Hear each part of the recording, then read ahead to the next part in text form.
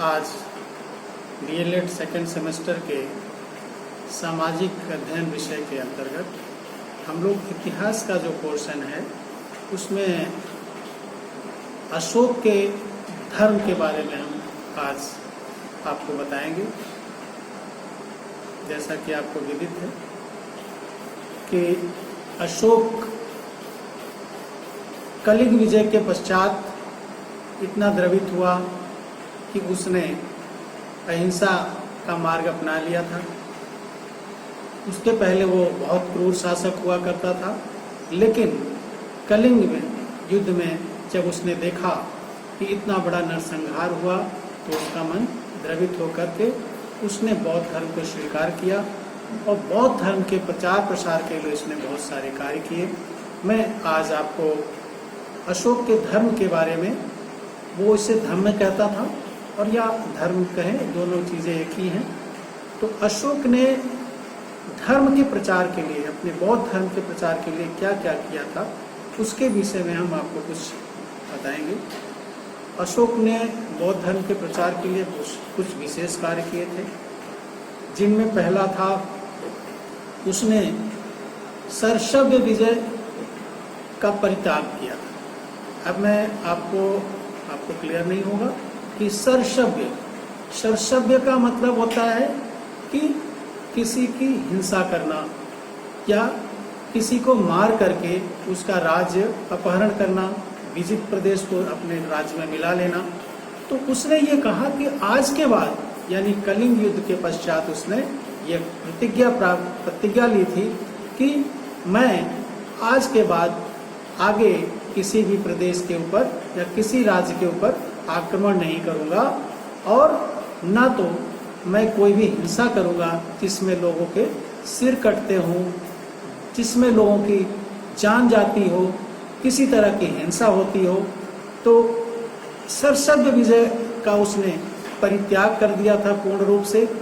इस बात का उल्लेख अशोक के ही 13वें शिलालेख में हमको उसका वर्णन मिलता है।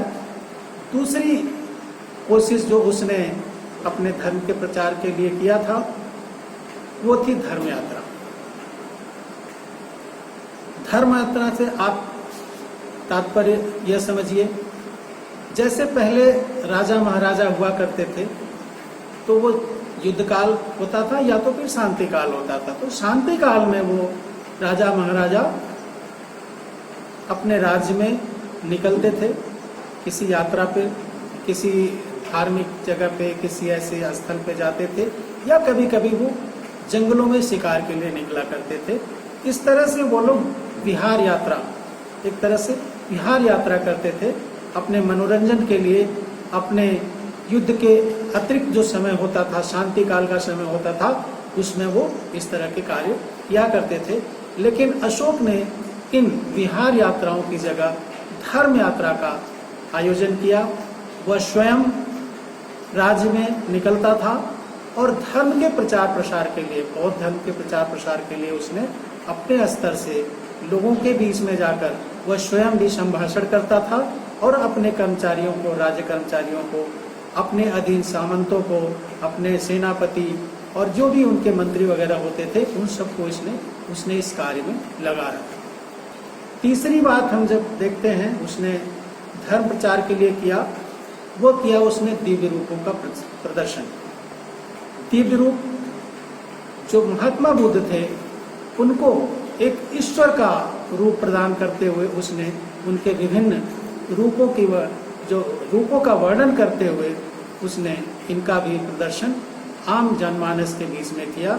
इस तरह से हम देखते हैं कि उसने बहुत महात्मा बुद्ध को ईश्वर बना दिया और आम जनता में ईश्वर के रूप में उसको प्रकट किया। चौथी बात आती है धर्मानुशासन।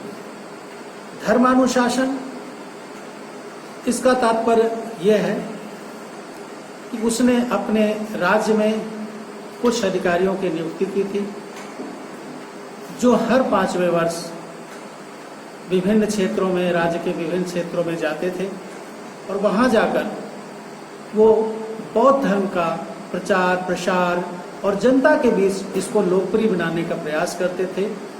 इस तरह से धर्मानुशासन मतलब लोग इस धर्म को माने, आम जनता, आम व्यक्ति इस धर्म को स्वीकार करे, उसके बीच में इसकी लोकप्रियता बढ़े, इस तरह के कार्य उसके राज्य कर्मचारी या अधीन उनके सामंत या उनके कर्मचारी किया करते हैं। पांचवी बात है धर्म महामात्र। धर्म महामात्र का मतलब होता है कि उसके अपने राज्य के कर्मचारी या उसके साथ के लोग ये कार्य तो कर ही रहे थे, लेकिन उसको अशोक को इनके ऊपर उतना विश्वास नहीं था कि वो कार्य अपना पूर्ण रूप से कर रहे हैं या नहीं कर रहे हैं। इसके लिए उसने क्या किया था, अलग से अतिरिक्त रूप में उसने धर्म महामात्र नाम का एक पदाधिकारी नियुक्त किया था, जो जा करके पूरे राज्य में देखता था स्वयं कि बौद्ध धर्म का प्रचार कितने अच्छे रूप में हो रहा है या इसका क्या परिणाम निकल रहा है और लोग इसको कितना स्वीकार कर रहे हैं। अगली जो छठी बात आती है उसने धर्म प्रचार के लिए किया, उसको बोलते हैं निज्जति। निज्जति का मतलब है कि आत्मपरीक्षा, आत्मनिरीक्षण और मनन। मतलब जो व्यक्ति अगर इस धर्म को स्वीकार करता है तो वो क्या कर रहा है, वो अपना आत्मपरीक्षण करे कि अगर उसने अपने धर्म को स्वीकार किया है, बौद्ध धर्म को स्वीकार किया है, तो उसने अपने आप को कितना बदला है इसका परीक्षण करे। आत्मनिरीक्षण समय समय पर वो देखे कि मैं इन नियमों का या बौद्ध धर्म की शिक्षाओं का मैं कितना पालन कर रहा हूँ।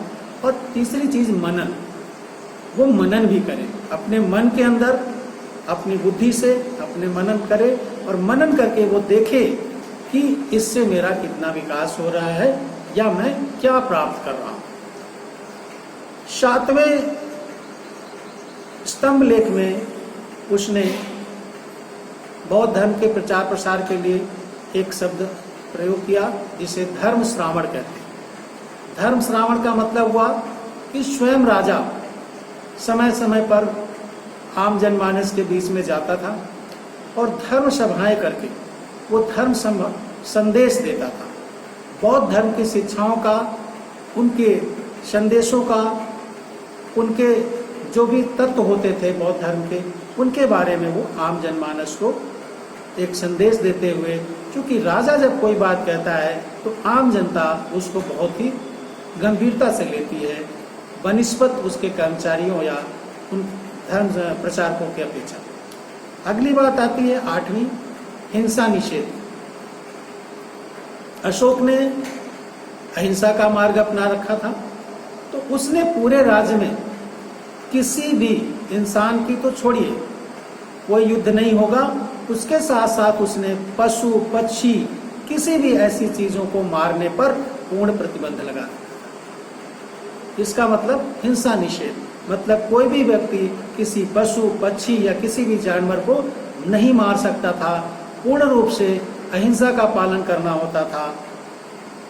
और अगली बात है 9वें नंबर पे उसने बहुत सारे परोपकारिता के कार्य किए। परोपकारिता के कार्य क्या होते हैं, जैसे आम जनता को उसको बहुत सारी सुविधाएं प्रदान करना, परोपकारिता का काम, जैसे सड़कों का निर्माण, धर्मशालाओं का निर्माण, अस्पतालों का निर्माण, कुओं का निर्माण, सिंचाई के साधनों का निर्माण।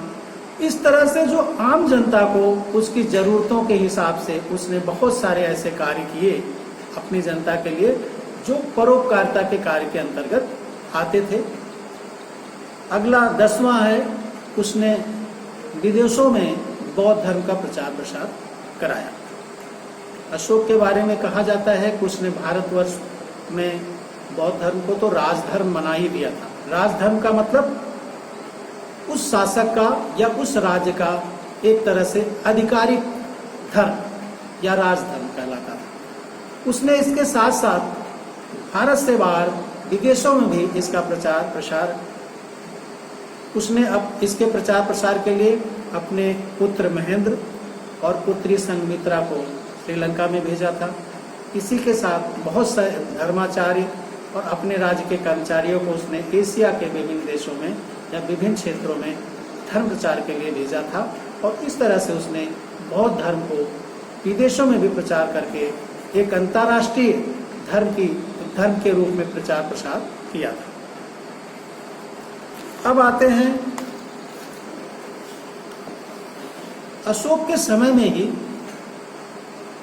पाटलिपुत्र जो उसकी राजधानी थी मगध राज्य की, वहां पे तृतीय बौद्ध संगीति का मतलब एक सेमिनार कह सकते हैं, जिसमें देश विदेश के प्रकांड विद्वान आते थे और ये बहुत बड़ा एक समारोह होता था जिसको बौद्ध संगीति कहते हैं। तो अशोक के शासनकाल में पाटलिपुत्र, जिसे हम आधुनिक पटना कहते हैं, उसमें तृतीय बौद्ध संगीति का आयोजन हुआ। इस प्रकार ये पॉइंट आप ध्यान रखिए। हम अब आता है, एक शब्द आता है बार बार, अशोक का धम्म। धम्म वो एक जगह पूछता है कियमचु धम्मे,